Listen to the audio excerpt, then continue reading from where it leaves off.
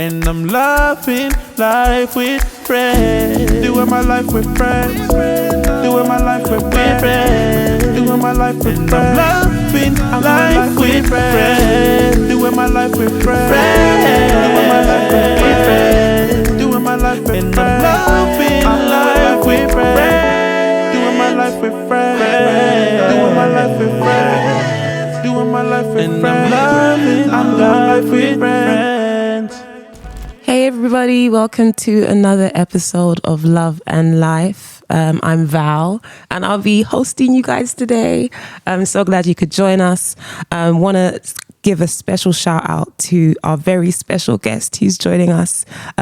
Welcome, Keo. Yes, nice to be here. Thanks guys for having me. Thank you. No, so glad to have you on here, bro. And honestly, just I want to let you introduce yourself to everybody. Just tell us a little bit about yourself, what you do, who you are. Okay.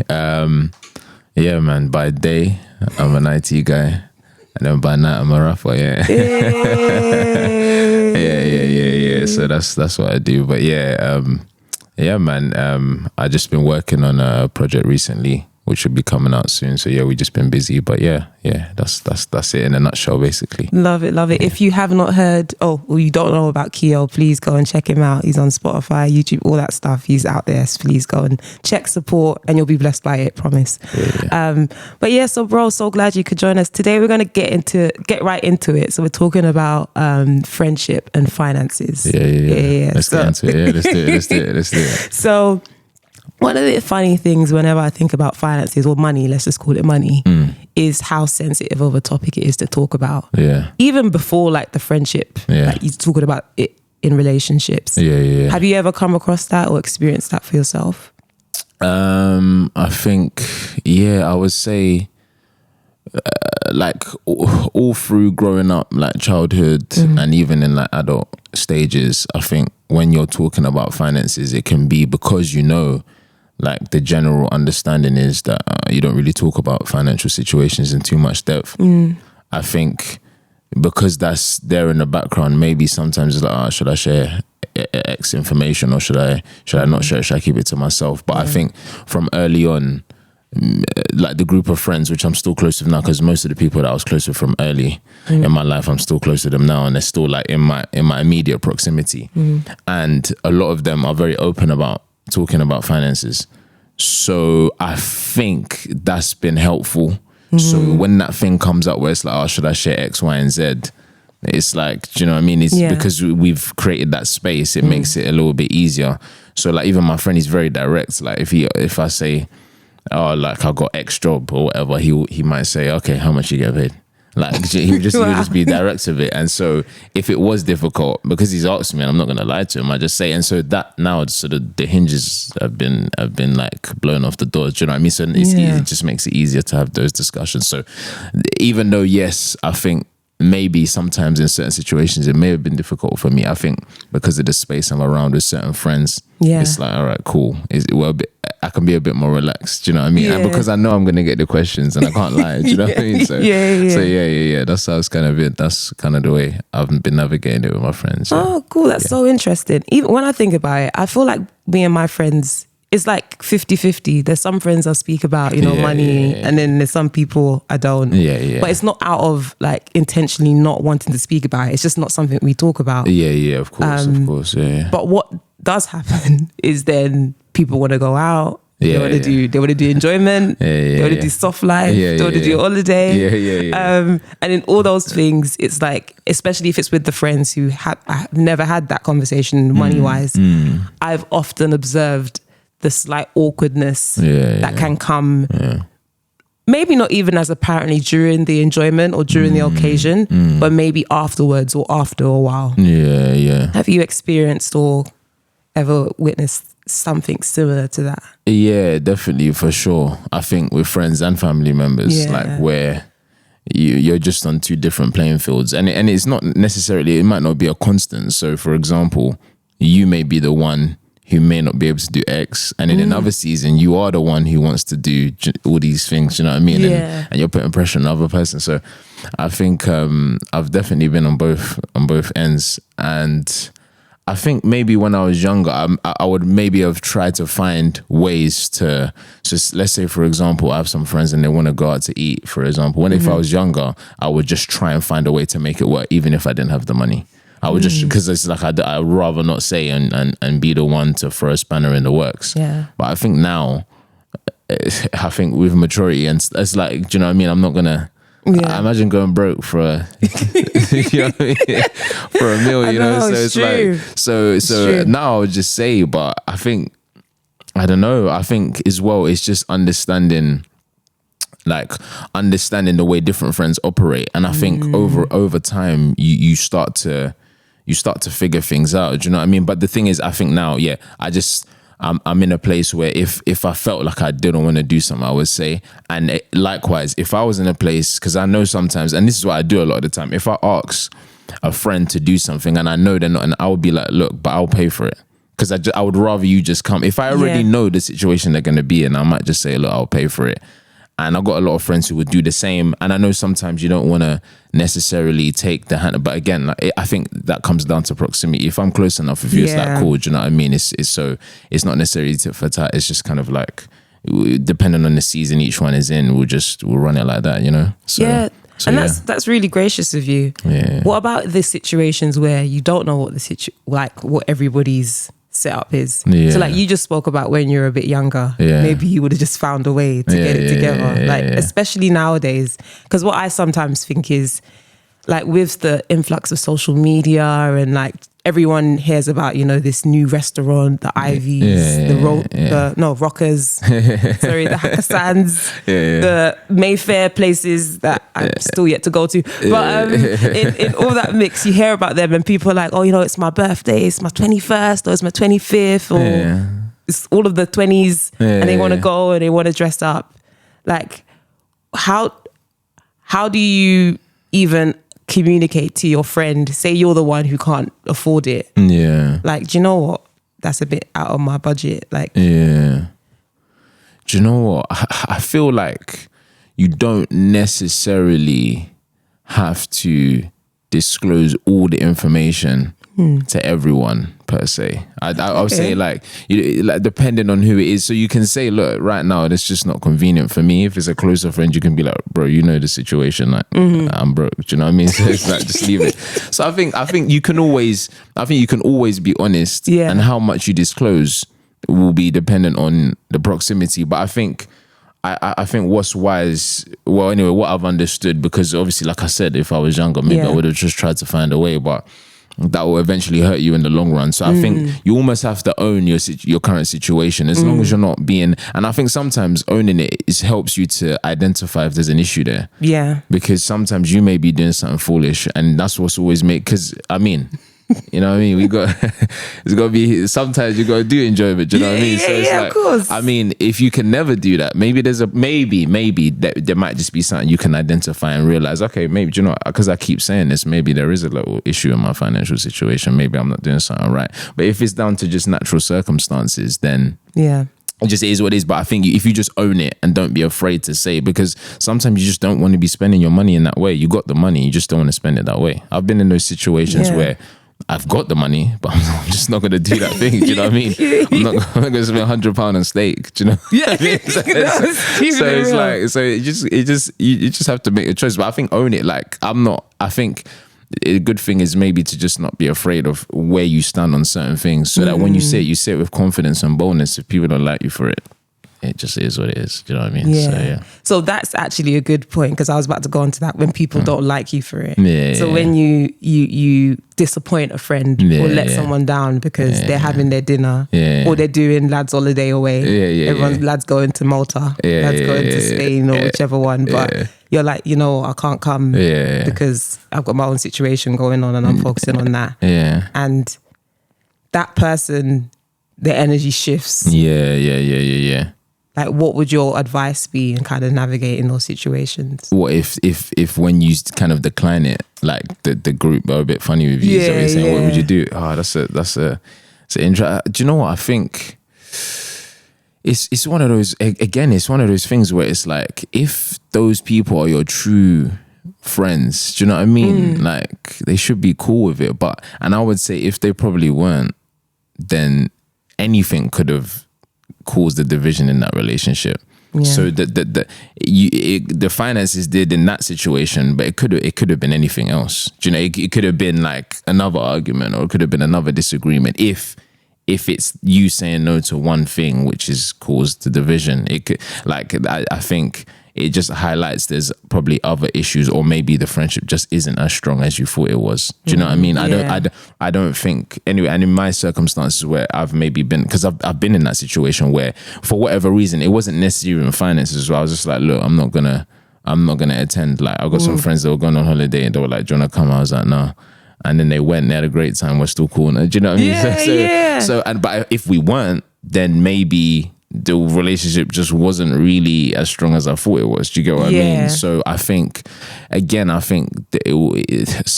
a certain level of understanding will be there if you're close enough. Do you know what I mean? But if it's like an acquaintance, because I've definitely had friends where maybe if I don't do X, Y, and Z, or if they don't do X, Y, and Z with me because I've asked them, we've grown apart. But it's not like there was beef, but it's just natural. But then I don't think the relationship was as strong anyway. If you look back, maybe in hindsight, you're like, do you know what? Yeah.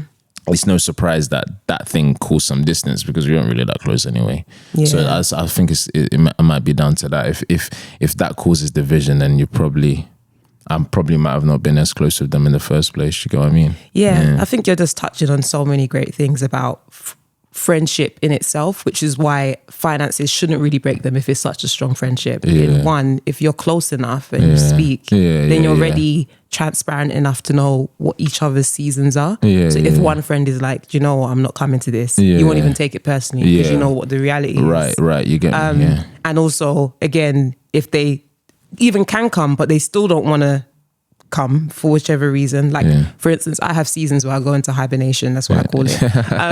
And then maybe I'll come off social media. I'll kind of just pull back, but I know it's time for Holy Spirit to just work on me. And it means that I'm not going to come to every party or every social. I have the money. I'm not going to come. But that's because I'm doing a work and I know God's doing a work in me.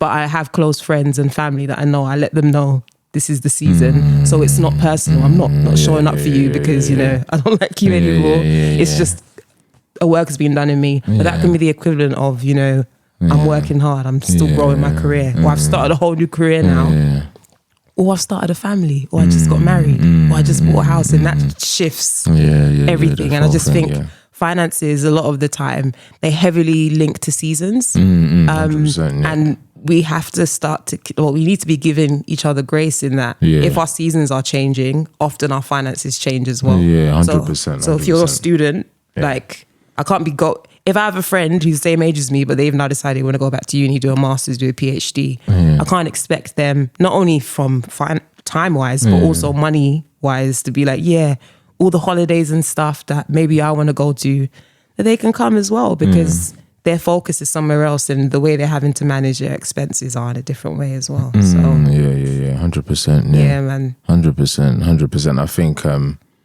what you said just about kind of letting people know, like the close family, so they know it's not personal, do you know? And I think that's cool. And I think sometimes maybe even certain people, they may not even necessarily like it, but they can respect you for it, and so it doesn't cause any issue. So it's like they may not agree or see eye to eye with the fact that you go in hibernation, but it's like, but she's told me, we love her, we keep it moving. Do you know what I mean? And it's not going to cause any problem, you know? So I think, things like that is good. Communication, I think, which is what you're saying. Ultimately, I think that's key, So something I read recently, I read this article, it came out like 4 years ago, but came across it, and it was called The Wealth Gap. But it was called The Wealth Gap, something along those lines, and how friendships like can die due to different finances. And in the article, it was really interesting. It was breaking down like different scenarios which led to relationships kind of breaking down. So the first scenario was, there was a guy, he wasn't making as much money as like his friends. And so what he did is he just isolated himself. So when they were doing things, he would either just not respond or not show up. So I think he started off saying, I'm not coming, and then he just wouldn't come at all. And then it just continued that way. And how he described it is he just felt so much shame that he hadn't gotten to the same financial places and spaces that his friends had. And so he just completely removed himself to the point where even when he eventually kind of got okay, all those friends were gone. How do you manage or deal with like shame based on basically how much you make? Yeah, that's a good one. Yeah, I think, to be honest, I've been in a similar situation. I remember sharing this with a friend not too long ago, but where I was basically in the same situation. I went out to with the people that I was studying with ages ago, and then we met up like to eat. Do you know what I mean? Like several years, like so it was probably like 5 years after we finished studying or whatever, or maybe 4 or 5 years, whatever, give or take. And then so we sat down for a meal. There's like 4 of us, and then they were all basically sharing like how much they were making. So we went around the table. Wow. Again, like I said, so very open. And wow. I'm like, whoa. So one person shared, it's cool. I'm thinking maybe he's just the odd one out, because it was a lot more than what I was making. The next person, that's a lot more than what I was making. Oh, and the last person, way more than what I was making. And they asked me, I said what I said, didn't it? But I was embarrassed. I was like, I said, this is not cool. And I remember I was just scratching my head the whole night. The meal didn't taste nice after that. I said something ain't right. But so I felt a little bit weird, I'll be honest. But it did motivate me. It didn't at the time. It did motivate. So I felt the shame, but it was quick. It was like, I remember because we drove home or whatever, and then the only thing on my mind at the time, obviously at the time I was still growing and understanding things, but at the time I was just like, oh man, I need to fix up. Because what I think what that moment made me realize is that it wasn't necessarily about the money, but I think I'd lost sight of like, oh okay, like you can, once you hit a first milestone, you can continue to grow. It was basically eye-opening. It was like, all right, cool. It wasn't necessarily about the money, but it was more so about the fact the money revealed that these guys had continued to work hard after they hit the first milestone in their careers or whatever. And I didn't. I kind of just hit the first, and I was like, cool, I've done enough. Yeah. And so it was a big, like literally that day I was Googling like what do I do next? Yeah. You know what I mean? So I think that shame is a very real thing, because like I said, I've experienced it, but I think it's more so about what you do with it, I think. Okay. Yeah. Sure. I think we've got a question from our friends in the Love&Life studio. Let's call it that. Yeah. Go ahead. Question, because obviously you realize that you could go harder, like there's money out there to be made. But where did you draw the line between like chasing a bag, and obviously the Bible speaks of the love of money, the root of all evil. So not losing yourself in that journey of that trying to earn. Yeah. No, good question. Yeah. If I'm honest, so 2 things there. The first one is that I wasn't really that close with Christ at the time. I was still getting there. I was still in like baby stages, but I knew enough to know that you shouldn't be chasing after money. So I think, but the thing is, I don't think I was chasing money or position or status. I was just like, oh, I can just do a lot better, and it's inevitable, isn't it? If you do better, it's just attached to more money. So I was just like, I just need to push my brain. It was almost like I need to push my ability to learn and understand. And then I did do that. And then it did come with a little bit, but I don't think I was chasing it. I was just literally thinking, okay, like this is not cool. Why have I become so complacent? So that it was the complacency I was trying to fix rather than the money. And I think if you look at, because like I said, I think money is just like the thing on the back end of whatever we're doing. Do you know what I mean? I think at the forefront, what is it that you really want? Do you know what I mean? Even if it's something else that you want, whether it's like a job in media or something, like you should go for the position and the love of the fact that you want to be in that role, and naturally money will come with it. But if you're just chasing the money, it will probably go as quick as you're chasing it. Do you know what I mean? So I think, so for me, what helped me to not chase the bag was, I was like, okay, what's the actual issue? And the issue is that I'd become complacent. And I was like, let me address that first. And I addressed that. And then that helped me to get money on the back end of it, because I think naturally you're just addressing the issue first. Yeah. So yeah. That's so good. Yeah, man. Honestly. And do you know, in all that you've said, I love how you're identifying how it's not even actually the money. And interestingly, in that article, they flagged it as well, because I think they had some psychiatrists as well who was speaking to why is this an issue amongst friends especially. And that money represents so much more. So it represents like the idea of, you know, status or power or being this kind of person. So even when they hear maybe a friend is earning a lot of money, there's just like this switch in their head that now their friend is this person. But actually, no, your friend is still the same person. It's just when they go to work, that's the remuneration they get for doing their job. But I guess it's just, even with making that money, how do you manage your expectations when you're the one, let's say, who's making a lot, but you're not or the most compared to lots of friends? And I'll give another story. It's the same article. Really, I think I need to share it. But anyway, same article.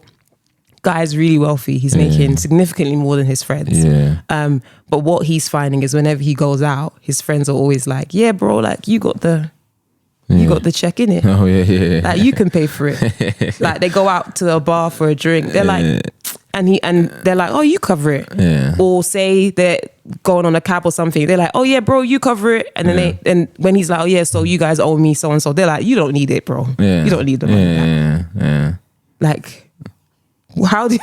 That's crazy. Isn't that mad? Yeah, that's crazy. I thought you were gonna say something. I thought you were gonna say that they're like, I'll pay for myself. It's all right. You don't have to cover the bill. Because I feel like that would be more natural. Like I think because I've got friends who maybe earn like way more than, do you know what I mean? Than what I earn. And it's like, when I'm there, I'm trying to like pay on the side or discreetly, because I'm like, I don't want them to always feel like they have to cover it because they know they earn more. And so that's crazy. That's actually so crazy. So I think that may also just come back down to the how close you are to that person as well. Because I don't know.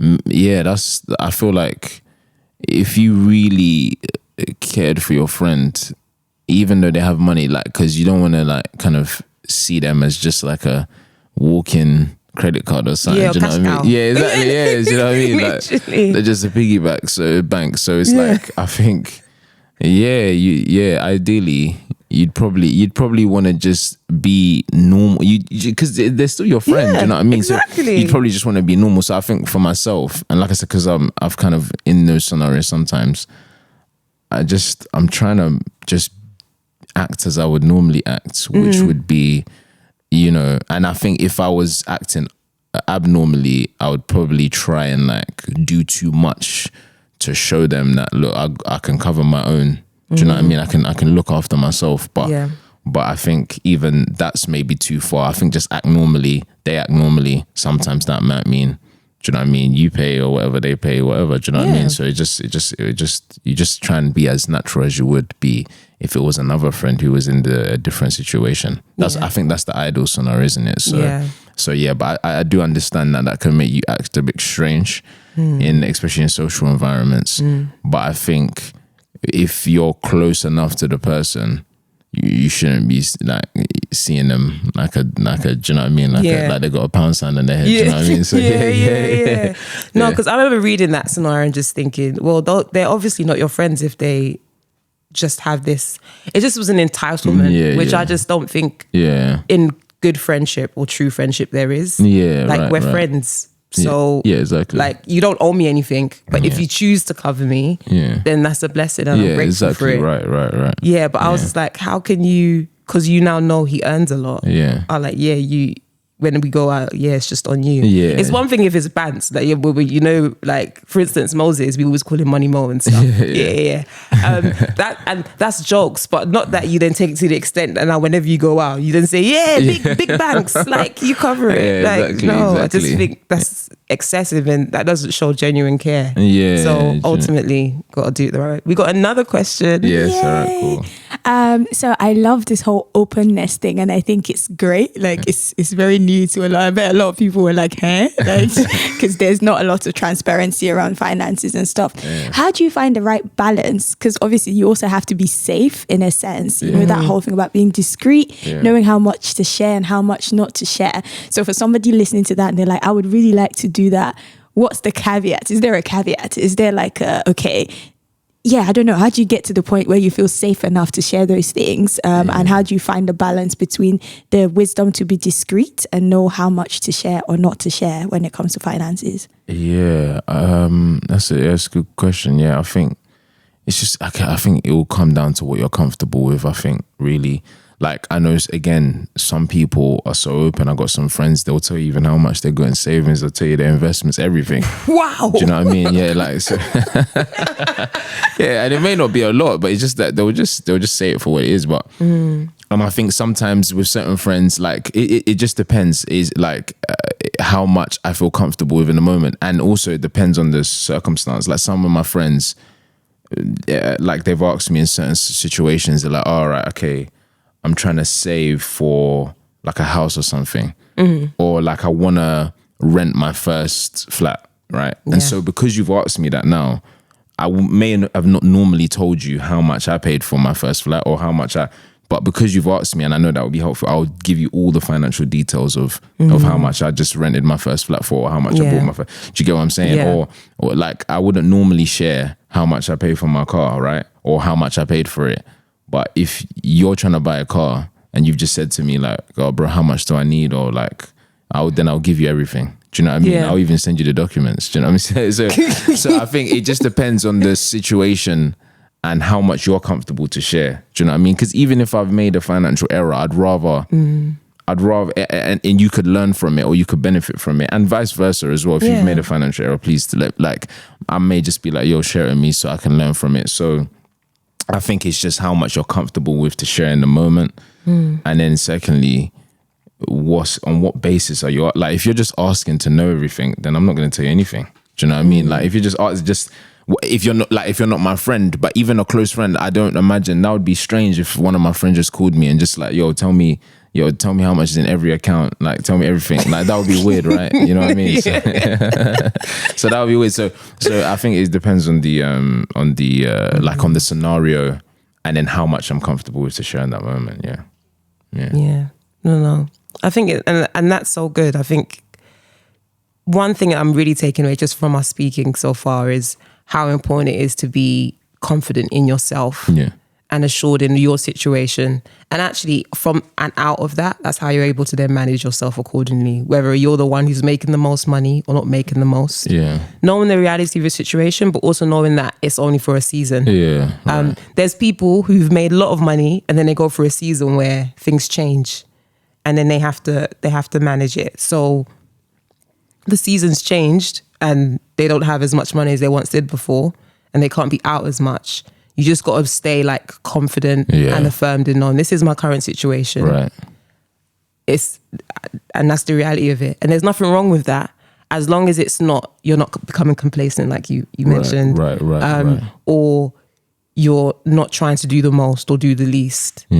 Then it should be all good. 100%. Yeah, man. Yeah, that's kind of the way I've navigated it. Yeah. So. Oh, I love that, Keo. All right, we're gonna take a little pause here because I still got some more questions for you. Yeah.